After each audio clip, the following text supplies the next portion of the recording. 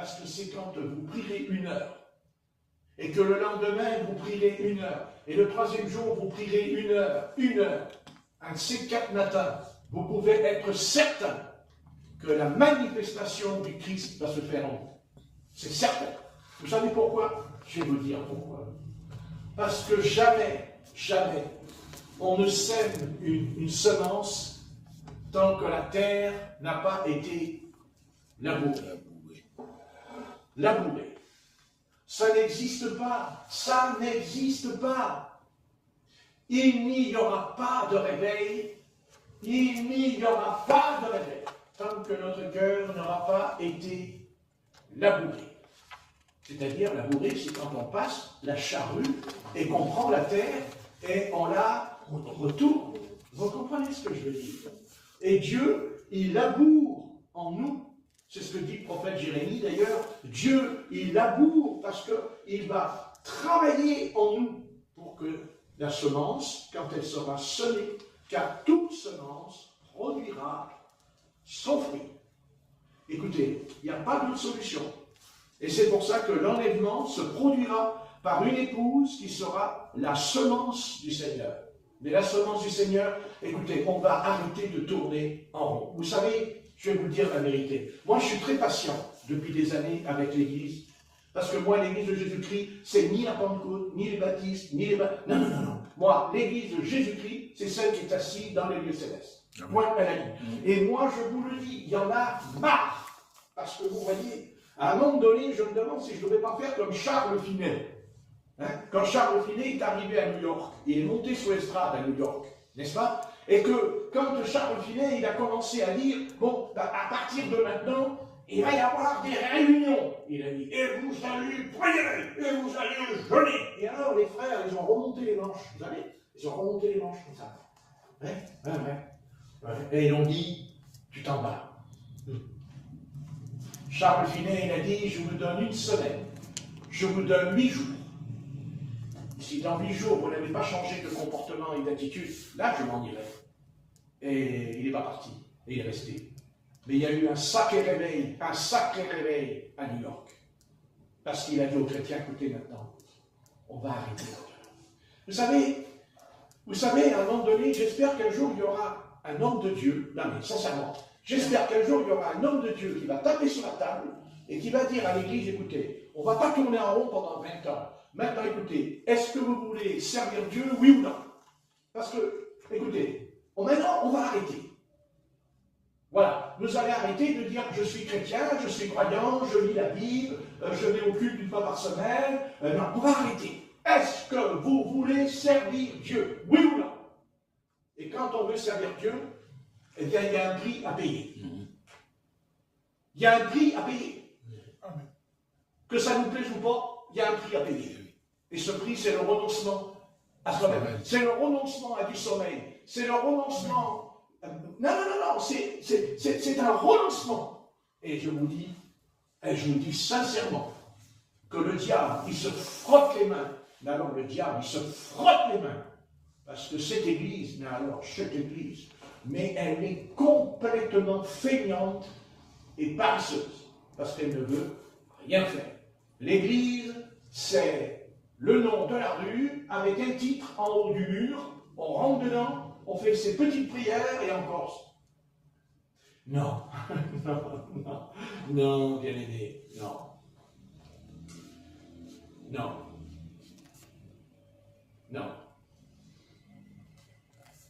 Ça n'ira pas. Et ça finira mal, vous verrez. On ne peut pas continuer, on ne peut pas. Ou alors on est une génération perdue, pour toujours. Il faut qu'on se réveille. Et commencez, allez-y, commencez dans votre chambre.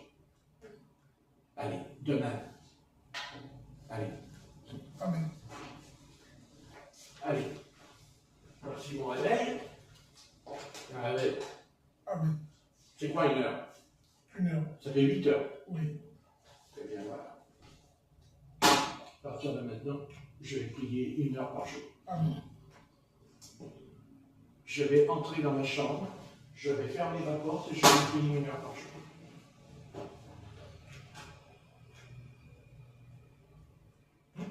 Amen. Voilà. On verra si c'est facile à faire. On verra. Vous allez voir.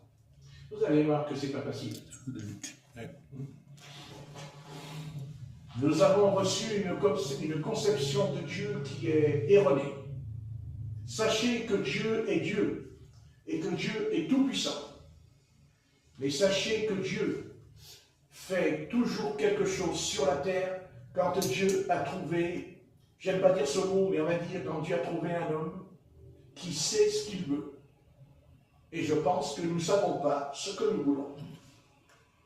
Dieu peut... Vous savez, je regarde le ciel le soir, il y a plein d'étoiles. Il n'y en a pas une, il y en a plein. Donc Dieu n'a pas créé une étoile, il a créé des myriades d'étoiles. Donc je sais que de toute façon, il est tout puissant. Il n'y a pas de problème. Mais ne confondons pas les étoiles qui sont dans le ciel et ne confondons pas les choses sur la terre. Il faut que nous comprenions que nous sommes sur la terre et que nous ne sommes pas seuls, mais qu'il y a le ciel. Et que le ciel, il n'est pas vide. Le ciel est habité par des anges, des archanges, des séraphins, des chérubins. Le ciel est habité aussi par tous les rachetés que le Seigneur a sauvés. Donc, le ciel n'est pas vide. On est d'accord? Amen. Bien. Donc, à mon avis, est-ce que vous pensez que le Seigneur Jésus-Christ ne prie plus ce soir pour nous? Ben, moi, je vais vous prouver, d'après Hébreux chapitre 9, que Jésus-Christ prie pour nous jour et nuit, Amen. là-haut. Amen. Parce qu'il y a longtemps qu'on l'aurait abandonné. Très bien. Donc, c'est notre souverain sacrificateur prie tous les jours. J'ai dit, la nuit, le Seigneur, il prie sans cesse pour nous. Il exerce son ministère de souverain sacrificateur. Très bien. Très bien. Est-ce que nous voulons, oui ou non, Oui. voir un réveil? Est-ce que nous voulons voir la gloire du Seigneur? Oui. Est-ce que nous voulons voir les démons chassés, les malades guéris, les mêmes ressuscités? Est-ce que nous voulons? Oui. Alors on dit, bah oui, il dit oui, il est d'accord. non, mais oui. Mais le oui, qu'il soit ton oui, mais en pratique. Oui. D'accord? En pratique. Écoutez, est-ce que vous pensez un seul instant que vous avez un jardin? Vous avez un jardin. Vous regardez votre jardin et vous dites, oh Seigneur, bénis mon jardin. Oh mon Dieu, fais pousser les radis, fais pousser les carottes. Seigneur, fais pousser les salades. Oh, tu es tout puissant. Regarde, Seigneur, tu as fait toutes les étoiles qui sont dans le ciel. Tu peux très bien me remplir mon jardin de radis, n'est-ce pas? Eh bien non, il n'y aura pas de radis. Et il n'y aura pas de carottes, il n'y aura pas de pommes de terre. Et vous pouvez vous lever tous les matins et faire Alléluia, gloire au Seigneur, il n'y aura rien. Et Dieu ne le fera pas à votre place. Parce que c'est à vous de semer. Amen. Et avant de semer, il faut d'abord, je l'ai dit tout à l'heure, il faut d'abord labourer la terre. Donc pour labourer, et le Seigneur a dit que notre cœur était le champ. Le champ, un champ, il a dit c'est le cœur. Il a dit la semence qui est semée sur le bord du chemin, ceci, cela. Mais, écoutez, si je veux mettre un clou dans le mur, je peux avoir tous les clous là, tant que je ne prends pas le clou et que je ne le mets pas dans le mur avec mon marteau, le clou il ne rentre pas. Non, excusez-moi. On me dit, oui, mais Dieu, tu peux faire un miracle. N'es-tu pas le Dieu des miracles? Prends le clou et enfile-le dans le mur. Non. Ah, il a dit non cette fois, il n'a pas dit. Non, c'est intéressant. Il est très bien, ce garçon. Il suit le message. N'est-ce pas? Donc, Dieu nous dit, écoutez bien, Dieu ne vous demande pas d'être pasteur, Dieu ne vous demande pas d'être évangéliste, Dieu vous demande qu'une chose, une seule chose. Est-ce que tu veux voir ma gloire? Oui, on ne va pas dire non. Ou alors, il nous manque quelque chose dans la cervelle. On veut voir la gloire de Dieu. Mais la gloire de Dieu, la gloire de Dieu. C'est pas la gloire des hommes. La gloire de Dieu, c'est pas pour nous amuser, c'est pas pour faire du théâtre. La gloire de Dieu, c'est pour révéler que Dieu est vivant, que Dieu existe, que Dieu n'est pas mort, mais qu'il est vivant. Et bien sûr qu'il est vivant, puisque Christ est ressuscité des morts. Mais l'apôtre Paul, il dit, si nous prêchons Christ mort, qui n'est pas ressuscité, il dit, nous sommes les plus malheureux de la terre. Qu'est-ce qu'il dit? Donc quand on dit ressuscité, quand on dit Jésus a été crucifié, mais on dit Jésus est ressuscité des morts. Donc si Jésus est ressuscité des morts, comme il a chassé les démons et guéri les malades, ressuscité les morts et purifié les lépreux avant qu'il soit mort sur la croix, qu'en est-il après? Puisqu'il ressuscite des morts. Ça veut dire qu'il a vaincu la mort et le séjour des morts. Mais ce n'est pas rendu évident dans l'Église. Parce qu'aujourd'hui, on ne chasse plus les démons, on ne guérit plus les paralytiques, les aveugles et les sourds, parce que nous pensons, ah ben oui, mais le temps du réveil, c'est fini. Ou nous attendons peut-être un homme spécialiste, un peu comme Élie, comme Moïse. Vous savez, un homme à part, un homme spécial, il va recevoir un don, et puis voilà, moi je ne vais pas me fatiguer, je vais m'asseoir sur ma chaise, je le regarderai prêcher. Oh, il est bien ce gars-là, il est sympa, il prêche bien la Bible. Non, non. Jésus-Christ t'a sauvé personnellement pour que tu te consacres à lui. Le Seigneur n'a jamais dit que nous serons tous des évangélistes, des pasteurs et des docteurs. Par contre, il a dit que nous sommes tous des disciples, sans exception, même aux sœurs, tous des disciples. L'apôtre Paul a dit, je ne permets pas à la femme d'enseigner, mais il n'a jamais dit, je ne permets pas à la femme de chasser les démons. Et il n'a pas dit, je ne permets pas à la femme de ressusciter les morts. Jésus n'a jamais dit cette chose. Il a dit, je ne permets pas à enseigner, mais pas pour que le Seigneur lui donne les dons de l'Esprit. D'ailleurs, Dieu dit, c'est curieux que le Saint-Esprit, par la bouche de Paul, dira que quand les sœurs prophétisent, elles ont des anges au-dessus de leur tête. Alors il dit qu'il faut qu'elles portent un voile, n'est-ce pas? Donc moi je parle des deux voiles, celui qu'on met sur la tête, mais celui qui est le plus vertu, c'est-à-dire les cheveux. Puisque Paul dit, ne savez-vous pas que les cheveux vous ont été donnés comme voile? Donc, mais si les anges se tiennent au-dessus de la tête de notre sœur Philomène, vous vous rendez compte qu'elle ne sait pas ce qu'il y a sur sa tête ce soir. Elle a des anges, pas un, des anges. Amen. Et qu'elle est appelée à prophétiser. Alléluia. Amen. Gloire au Seigneur. Amen. Nous ne pouvons pas continuer. Vous savez, Satan, quand il sait que nous venons à cette révélation du Saint-Esprit avec les dons spirituels, automatiquement, ne croyez pas que le diable va s'opposer. Au contraire, il va nous imiter. Et c'est ce qu'il a fait. Il a imité les dons spirituels. Ce qui nous a valu d'avoir des faux prophètes. Des faux prophètes, hein? Vous comprenez maintenant? Et des faux bergers. Mais s'il y a eu ces hommes qui étaient faux, ils ne sont pas venus avant le réveil. Ils sont venus pendant le réveil. Ils ne sont pas venus après le réveil, mais pendant le réveil. Parce qu'ils sont venus semer la semence de discorde, ils ont semé cette semence qui est livrée, c'est-à-dire faire croire qu'ils sont envoyés par le Seigneur, parce qu'ils auraient reçu l'onction de Dieu sur eux, alors qu'en réalité, ce qu'ils ont reçu, c'est l'onction du chérubin protecteur, parce qu'il ne l'a jamais perdu. Mais il ne l'a jamais perdu. Alors, qu'est-ce qui fait la différence? Qu'est-ce qui nous amène à la différence? C'est la sainteté du Seigneur, la sainteté du Seigneur dans notre corps. Dans notre corps. Ouvrier d'iniquité, retire-toi de moi. Ouvrier d'iniquité, retire-toi. Je t'ai jamais, jamais connu. Mais Seigneur, nous avons chassé les démons. Nous avons même purifié les lépreux. Mais par contre, il n'est pas écrit, nous avons parlé en d'autres langues. Ce n'est pas écrit. Non, ce n'est pas écrit. Il dit prophétiser, oui, mais pas parler en d'autres langues.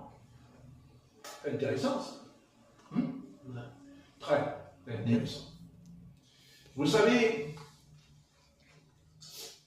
la nature du Seigneur est biblique. La nature du Seigneur n'est pas anti-biblique, elle est biblique. Et quand nous faisons quelque chose au nom de Jésus-Christ, ou quand nous recevons quelque chose au nom du Christ, c'est biblique. Car il faut toujours se référer à la Bible. Amen. La Bible. Et pourquoi? Parce que la Bible est une semence. La Bible est la semence du Seigneur. Semence, semence veut dire l'espèce. La semence, un lion est une semence, une panthère est une autre semence, un éléphant est une autre semence. Vous voyez, ce sont des semences. Et chacune de ces semences formera un animal différent. Et c'est pareil dans le christianisme. C'est pareil. La semence qui régénère l'homme intérieur, l'homme nouveau qui a été régénéré par la repentance et par un acte de nouvelle naissance qui est la grâce de Dieu qui s'est opérée en nous.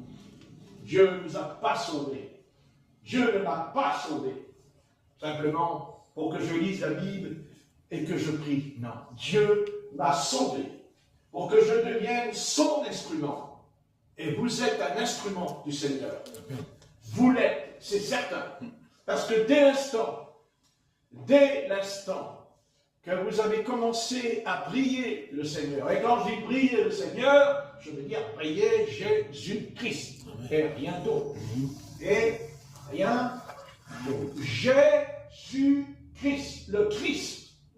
Mais qui est le Christ? Qui est le Christ? C'est le Saint-Esprit. Amen. Ben oui. Voyez, qui vous dit que le diable ne tient pas aveuglé pendant des années en nous privant de cette communion puissante, de cette terrible communion.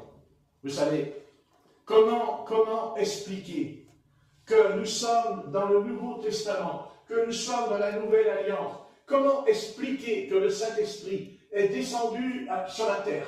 Il est descendu à la Pentecôte. Il est descendu chez Corneille, il est descendu à Corinthe, il est descendu à Thessalonique, il est descendu à Laodicée, il est descendu à Éphèse. Le Saint-Esprit est descendu. Et chaque fois que le Saint-Esprit descend, il y a automatiquement la révélation de Jésus.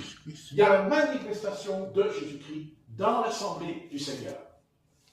Il n'y a aucune assemblée qui n'échappe à cette visitation de l'Esprit de Dieu. Vous savez, Satan, lui aussi, est un esprit. Parce que Satan, c'est un esprit. Ne l'oubliez pas. Amen. Parce que les anges sont des esprits. Bien sûr. Et les démons aussi sont des esprits. Mais Dieu aussi, à nous, il nous a donné aussi un esprit. Mais attention, pas un esprit comme les anges. Pas un esprit comme les démons. Non. D'abord, les démons sont déchus. Et les anges sont au service de Dieu dans le ciel, pas sur la terre. Là-haut, de temps en temps, Dieu les envoie comme messagers. Mais le service de Dieu, les anges, c'est d'abord dans le ciel. L'ange Gabriel le dira à Marie. Je me tiens dans la présence de Dieu. Très bien, très bien. Je me tiens en présence de Dieu. Voilà. Eh bien, nous aussi, le Seigneur nous appelle. Et nous appelle à vivre dans sa présence. Mais pour cela, il faut prendre une bonne décision. Et cette décision, vous savez, il faut savoir ce qu'on veut dans la vie. Parce que vous voyez, regardez, quand Cindy, elle va à son petit boulot, elle sait ce qu'elle veut. Elle ne dit pas, oui, ben j'y vais parce qu'il faut y aller. Non, elle sait ce qu'elle veut. Et c'est pour ça qu'elle persévère dans la tâche qu'elle fait. Parce qu'elle sait ce qu'elle veut. Et elle aura une récompense, elle aura un résultat. Je transpose spirituellement ce soir. Est-ce que nous voulons, oui ou non? Déjà, est-ce que nous voulons voir la gloire du Seigneur? Est-ce que nous voulons voir les morts ressuscités? Et non, mais non, c'est pas possible, ça n'existe pas, ça c'était pour l'Église primitive. Arrêtons. Parce que alors ça voudrait dire que le Seigneur Jésus, attendez, ça veut dire que Jésus-Christ, il était, en action que dans l'Église primitive. Je ne comprends pas sa nature. Mais on sait très bien que la nature de Jésus est esprit ce soir. Ben, bien sûr, il est esprit, Jésus-Christ. Amen. Ben, c'est ce qui s'est passé à la Pentecôte. Il a dit, je vous enverrai un autre consolateur, le Saint-Esprit. Et qu'est-ce qu'il dit, cet esprit? Il dit, il prendra, je fais à moi, et vous le donnera. Ben alors, on en est où? Il y a tout pour nous décourager dans cet âge. Il y a tout pour nous décourager. On est d'accord, on le sait très bien. Mais on sait aussi que Dieu dit à Josué, prends courage. Amen. Mais en même temps, il lui dit, regarde ni à gauche et ni à droite aussi. D'accord? Vous savez, on obtiendra du Seigneur quand on saura décider à mort et à vie ce que nous voulons. Ouais, ce que nous voulons. Quand un enfant se tient à table et qui dit à son père, tu me donnes un morceau de pain. Tu me donnes un morceau de pain, et oh, j'ai faim, moi. Et son père, il ne répond pas. Qu'est-ce qu'il fait, le gosse? Il va crier encore plus fort. Tu vas me donner mon morceau de pain? Ou alors il va se lever et il va le chercher tout seul, le morceau de pain. Parce que c'est... Non, mais j'explique, quand on veut, qu'est-ce qu'on veut? Tu veux quoi? Tu veux continuer à être abattu? Tu veux continuer? Voilà, tu continues, voir au Seigneur, c'est fini. Non. Je ne parle pas de la gloire de Dieu collective. Je parle de la gloire de Dieu dans ta vie, à toi, dans ta vie personnelle. Demain, tu vas t'en aller, ok, tu vas aller gagner ta vie, tu vas aller... Voilà, moi aussi d'ailleurs, entre parenthèses. Mais est-ce qu'à un moment donné, est-ce qu'on veut, oui ou non, sortir de ce tunnel? Vous me dites, oui, mais on n'est pas beaucoup.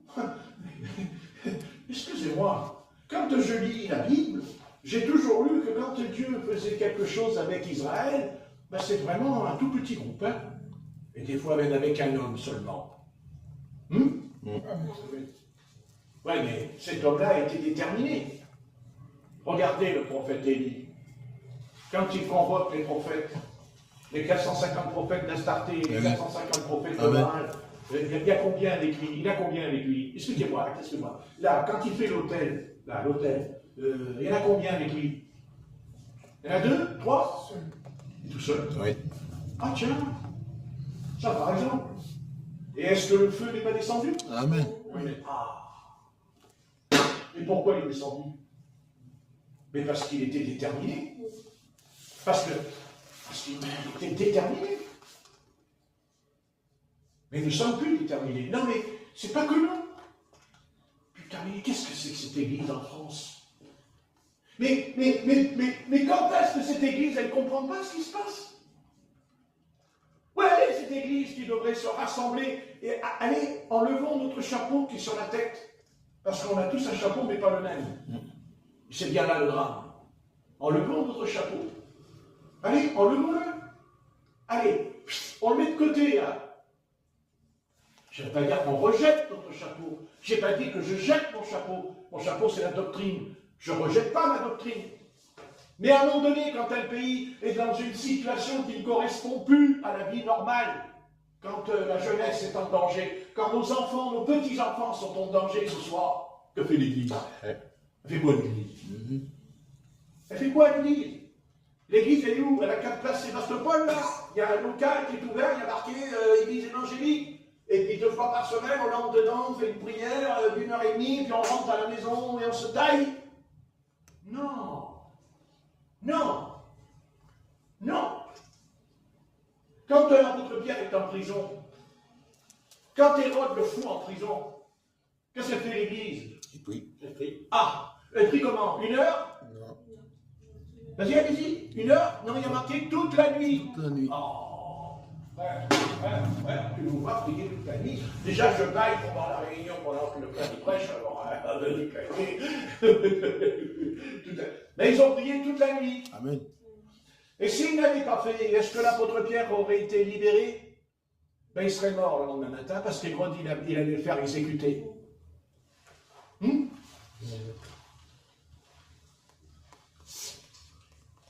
voulons sauver. Sauvons-nous nous-mêmes d'abord. On pourra sauver les autres après. C'est ça. On veut sauver le navire. Ah, faudrait déjà qu'on y soit dans le navire.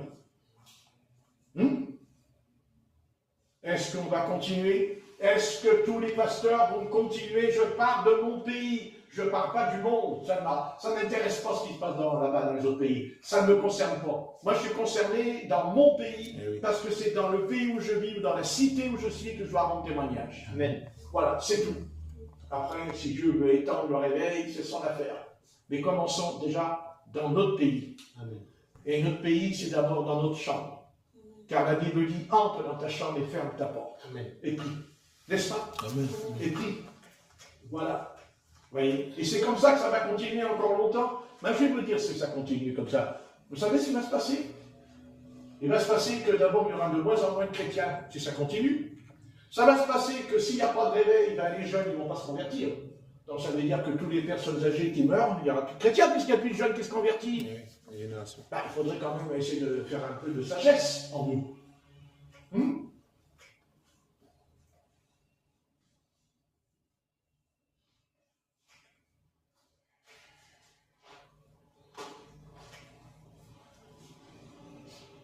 Vous savez, je crois qu'on n'a pas bien compris que nous avons entre nos mains quelque chose de potentiel, quelque chose d'important entre nos mains. C'est certain. Mais moi, je vais arrêter parce que c'est l'heure, il faut que vous rentriez, parce qu'après, les foudres du ciel vont me tomber sur la tête. Mais écoutez, il faut savoir ce qu'on veut. Et vous savez, commencez déjà chacun de nous, ce soir, dire, ouais, ça va durer longtemps, la comédie encore. Non, mais ça va durer longtemps. Mais comment aurons-nous une excuse devant le Seigneur? Mais comment nous allons avoir une excuse devant le Christ alors que nous avons la télévision? Nous avons la télévision, nous avons Internet, nous avons le smartphone entre nos mains et nous pouvons voir les événements là, dans la main. Et on reste passif.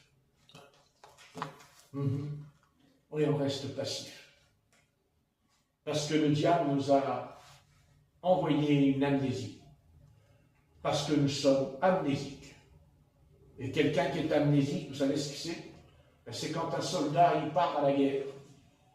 Et quand il revient, il ne reconnaît plus et il ne sait plus où il habite. Si. Eh oui. Eh oui. Et je pense que le peuple du Seigneur ne sait plus très bien. Vous savez pourquoi? Parce qu'il ne sait pas le peuple de Dieu. Le peuple de Dieu ne connaît plus son identité. Parce qu'il n'est plus identifiable. Parce que c'est pas qu'il s'est débarrassé de Jésus-Christ, non. Mais il vit comme s'il n'existait pas. Il existe dans sa tête, parce que c'est une histoire pour lui, parce que c'est un fait historique quand il lit. Je ne nie pas l'histoire, et au contraire, l'histoire devrait nous aider à nous réveiller en lisant l'histoire.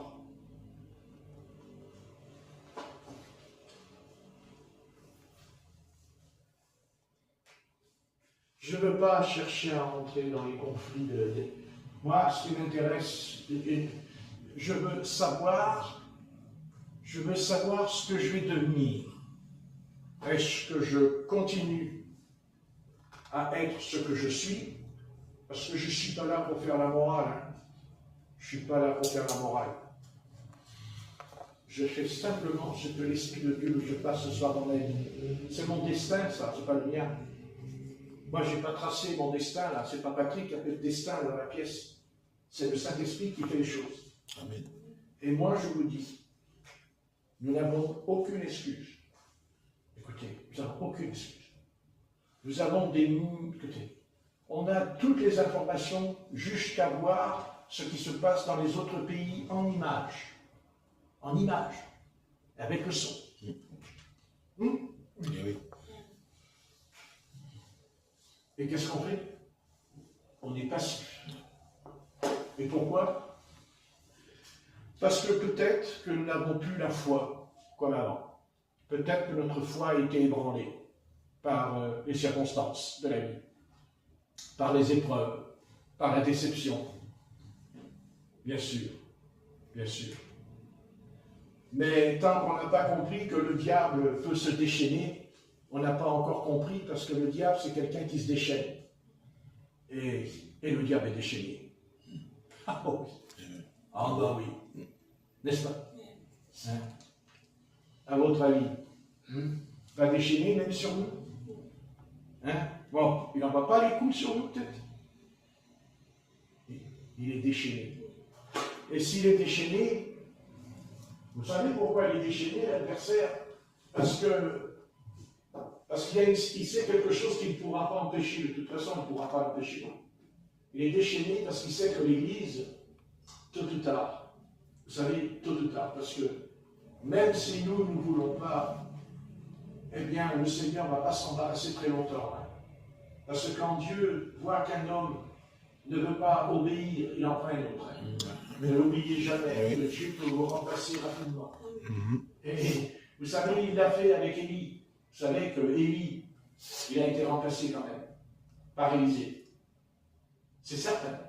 Parce que quand il a fui devant Jézabel, lisez, quand il fuit devant Jézabel, le Seigneur lui dit, tu vas le oindre, tel et tel et tel.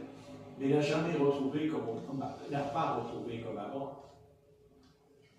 Vous savez, cette peur qu'il a eue avec Jézabel, cette peur, ne croyez pas que ça ne l'a pas foutu en l'air. Hein. Si, ça l'a foutu en l'air. Parce qu'à 2 reprises, il va quand même se cacher dans un arbre quand les soldats ils arrivent. Ah oui, tu n'as pas pensé à ça? Pourquoi il va se cacher dans les arbres? Pourquoi il monte? Pourquoi il monte? Pourquoi alors? Pourquoi il se cachait? Oui. Est-ce qu'il s'est caché quand il a rencontré Akab? Quand le serviteur lui a dit, mais moi je ne veux pas rencontrer Akab, hein, j'ai peur. Et Akab, qu'est-ce qu'il fait Élie? Il va le voir. Hein. Il lui dit, tu sais, il va pleuvoir. Hein. Et qu'est-ce qu'il fait Élie? Quand il affronte Akab, qu'est-ce que dit Élie à Akab? Allez, attelle, prends ton char et barre-toi parce que ça va tomber. Et Akab, il monte dans le char, là, le fouet. Mais à un moment donné, il y a Élie qui le dépasse à pied. Vous savez pourquoi?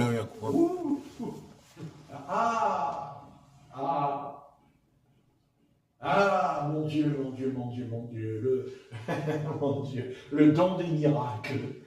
Ah ben là, il y a un sacré don de miracles, là, hein? Élie, il n'est pas guéri d'une paralysie, là, quand même, hein? Mais il est guéri de quelque chose. C'est quel corps humain pour rattraper un char qui pouvait rouler plus de 80 à l'heure? Et il l'a rattrapé, hein? Il l'a rattrapé. Ah, ouais. C'est ça Dieu. C'est ça Dieu. Ça, c'est Dieu. Mais Dieu, il ne fait pas ça tout seul. Il a un homme avec lui. Il a un homme entre ses mains. Il a un homme qui lui obéit. Un homme qui faisait sa volonté. Ben oui. Mais le jour où il s'enfuit, le jour où il a peur de Jézabel, qu'est-ce qu'il fait? Eh bien, il va être déséquilibré, puisqu'il va demander la mort dans le désert. Et comment un prophète comme lui, qui a exterminé avec son épée un couteau à la main, il a égorgé 400 prophètes de Baal, il les a égorgés au torrent de Cidron avec son couteau, à lui tout seul. Vous savez ce que c'est que d'égorger 450 hommes à la main? À votre avis? Hein? Mais parce qu'il était dans une bonne position. Mais à un moment donné, qu'est-ce qui se passe en lui? Voyez combien Satan, voyez Satan, il a été vaincu. Satan, il est vaincu dans l'autel quand le feu descend. Tout le monde a dit, oh, formidable le prophète. Mais le prophète, il dit, je veux mourir. C'est-à-dire le suicide. Vous savez qu'il voulait se suicider.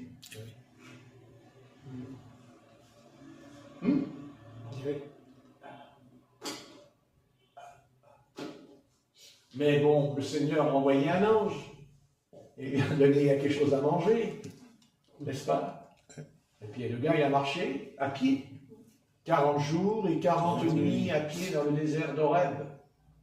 Et il est arrivé à Horeb, il est monté sur la montagne du Sinaï, là où il y avait Moïse, il a été. À votre avis? Mais l'Éternel, il lui parle. Mais, voyez, c'est curieux parce qu'il a dit quelque chose qu'il n'aurait pas dû dire au Seigneur. Et il l'a dit. Il l'a dit à 2 reprises. Je suis resté, moi seul, prophète de l'Éternel. Hein? Mais qu'est-ce que lui dit l'Éternel? Je me suis réservé 7000 hommes qui n'ont point péchi les genoux devant Baal.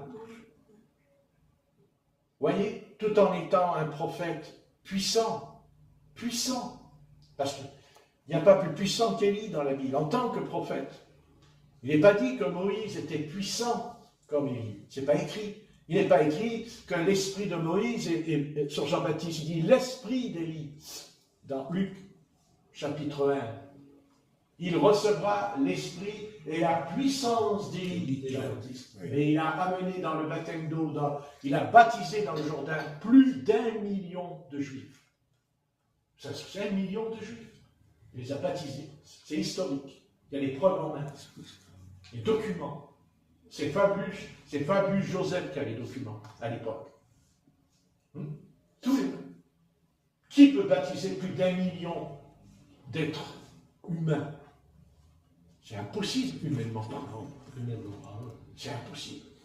Et pas qu'ils ne sont pas pris seulement le baptême. Il dit le baptême de repentance, dit la Bible. De repentance. Vous voyez? Et pourtant, regardez l'esprit d'Élie qui s'enfuit devant Jézabel.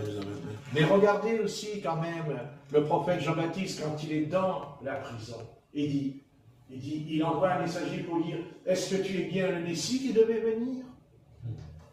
Ah, si. Il a dit. Donc il a commencé à douter. À douter. Attention, à douter.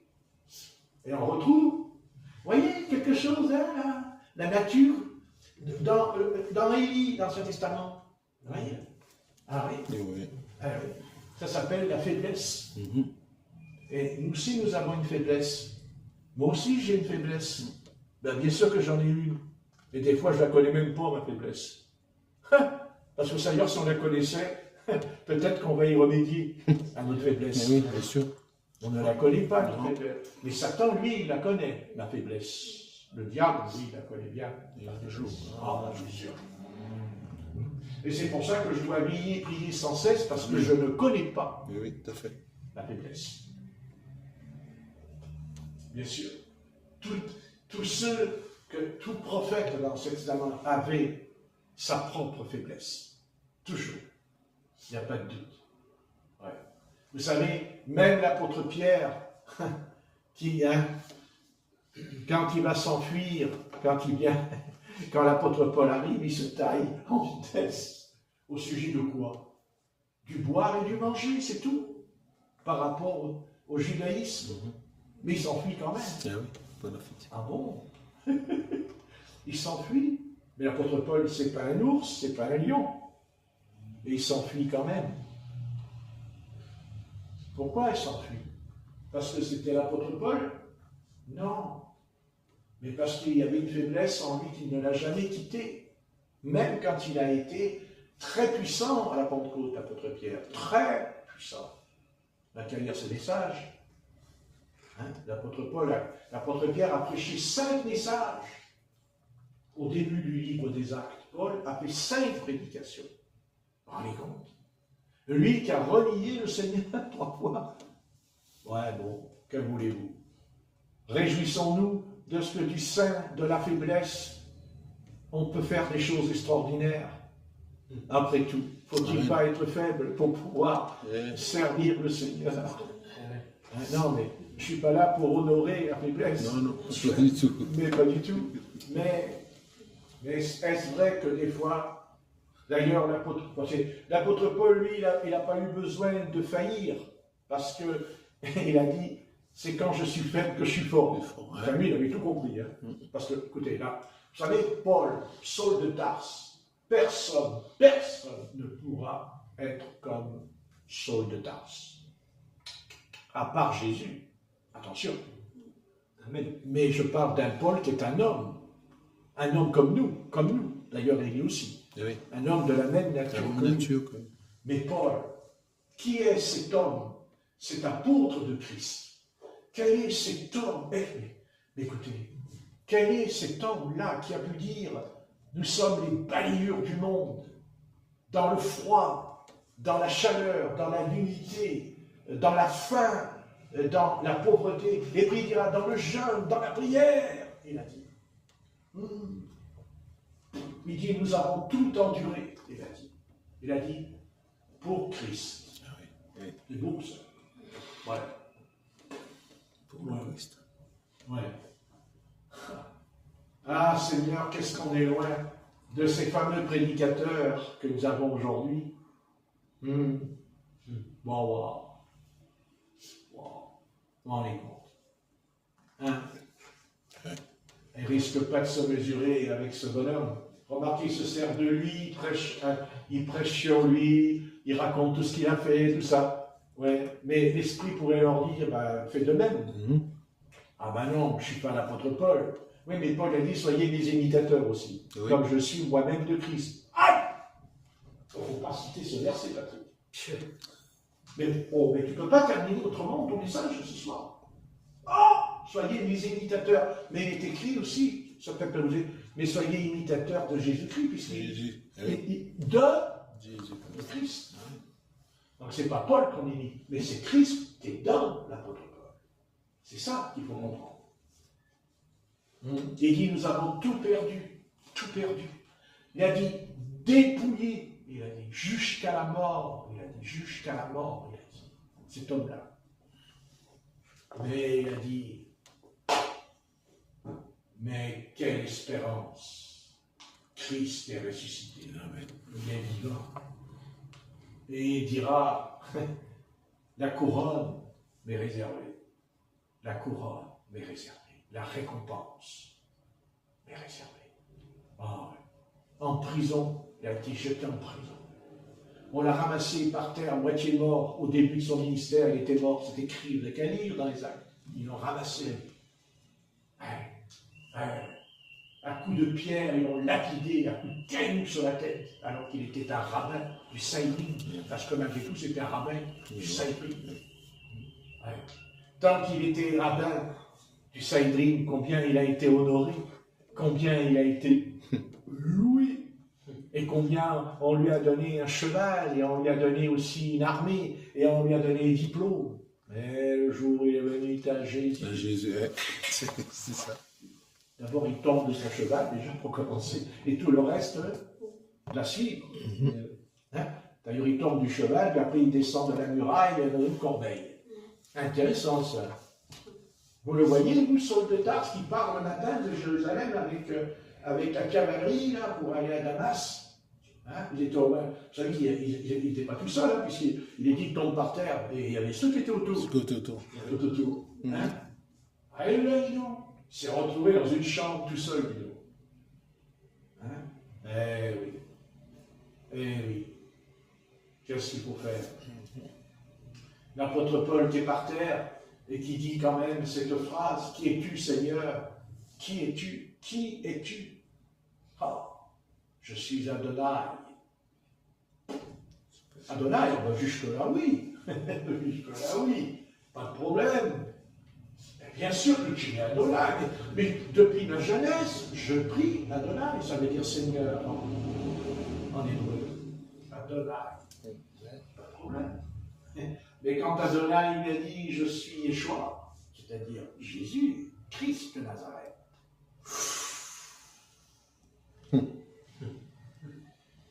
Ça donne les choses. Ouais. Que c'est pas beau. Hein? Vous savez, l'œuvre du Seigneur, elle n'a pas traîné en lui. Hein? Il se retrouve dans sa chambre, on lui impose les mains, il est guéri, il prend le baptême d'eau, il reçoit le baptême du Saint-Esprit, et le jour du Shabbat, il est à la synagogue en train de prêcher Jésus, dit la Bible. Ah bah ouais, en 3 jours. Ça n'a pas traîné. 3 jours plus tard. Ah, j'aimerais bien que ça passe pareil pour nous. Amen. Oh, ce serait bien. Hein? Vous ne voyez pas, dans 3 jours, on revient là, on n'est plus, carrément. Oh, dis donc, en 3 jours. Mais posez-nous la question. J'arrête parce que je suis pas sage là. Il y a longtemps que je suis pas sage. Mais, enfin bon, j'espère que je serai sage quand même un jour.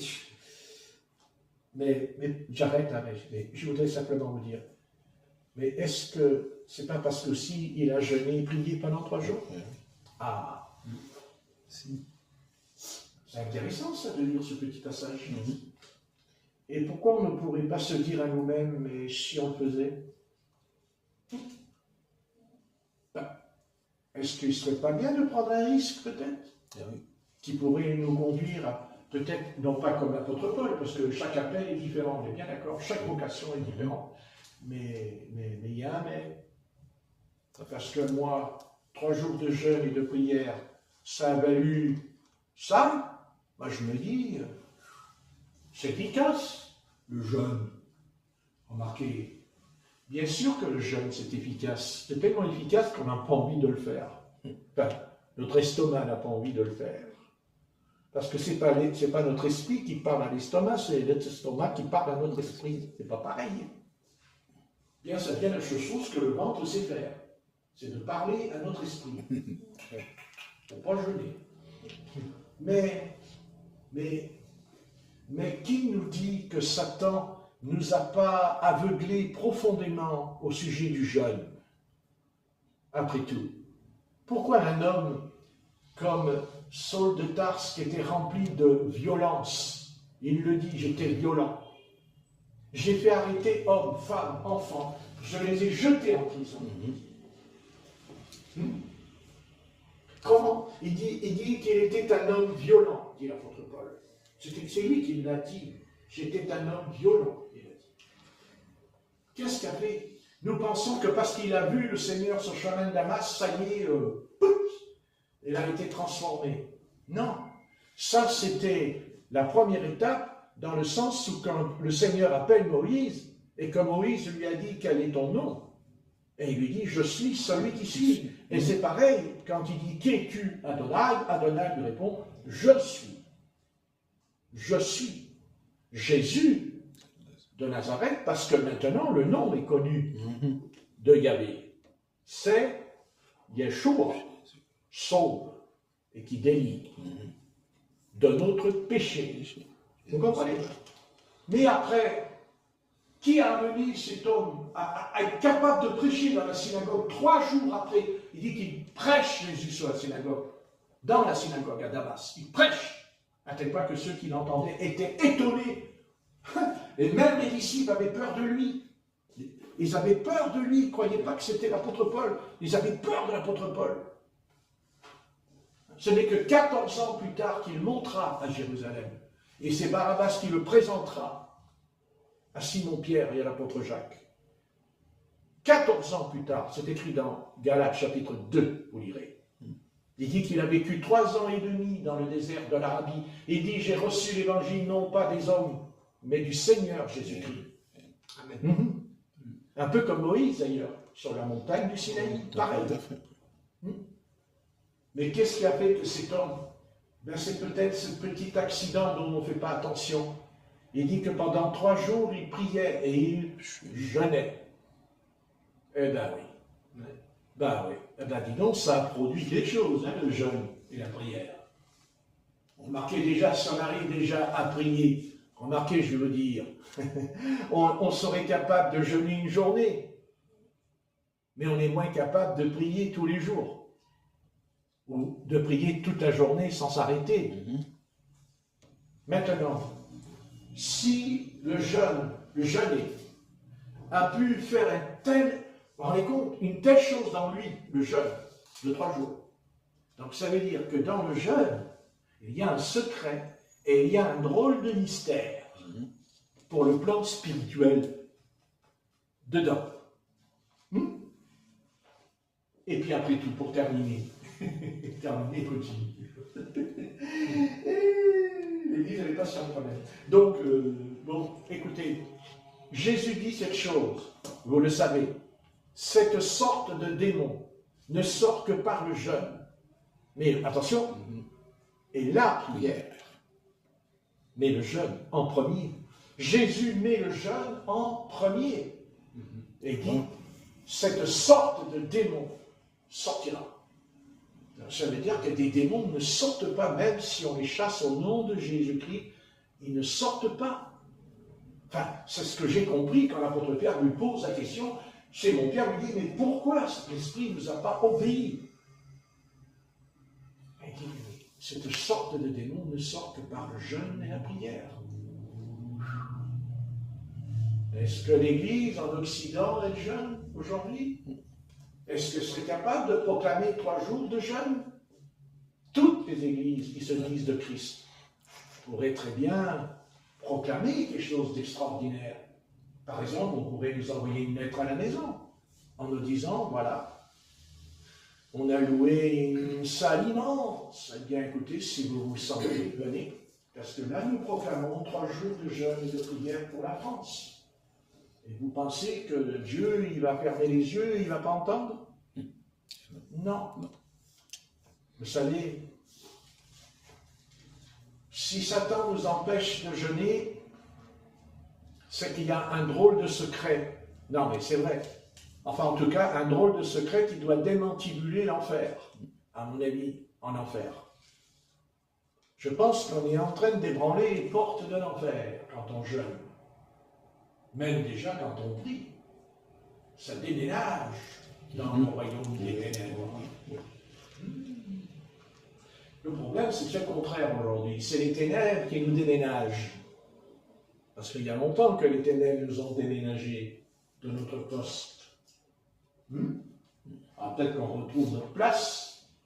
Eh oui.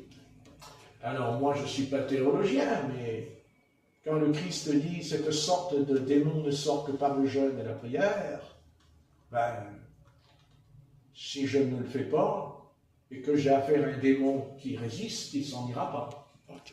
Donc il laissera la situation pourrir. Par contre, il y a des démons qui s'en vont. D'ailleurs, nous avons des situations, quand on prie, ça s'arrange tout de suite. Ça. Mais pas toutes. Pas toutes. Des fois, il y a un mur. Vous savez, le peuple d'Israël n'est pas rentré dans Jéricho comme ça. Il a fallu que les murailles tombent. Parce que tant que la muraille n'est pas tombée, il n'entre pas non plus. Tout à fait. Bon, on va arrêter maintenant, ça suffit. Ça va, vous êtes en forme? Bien, vous allez bien dormir?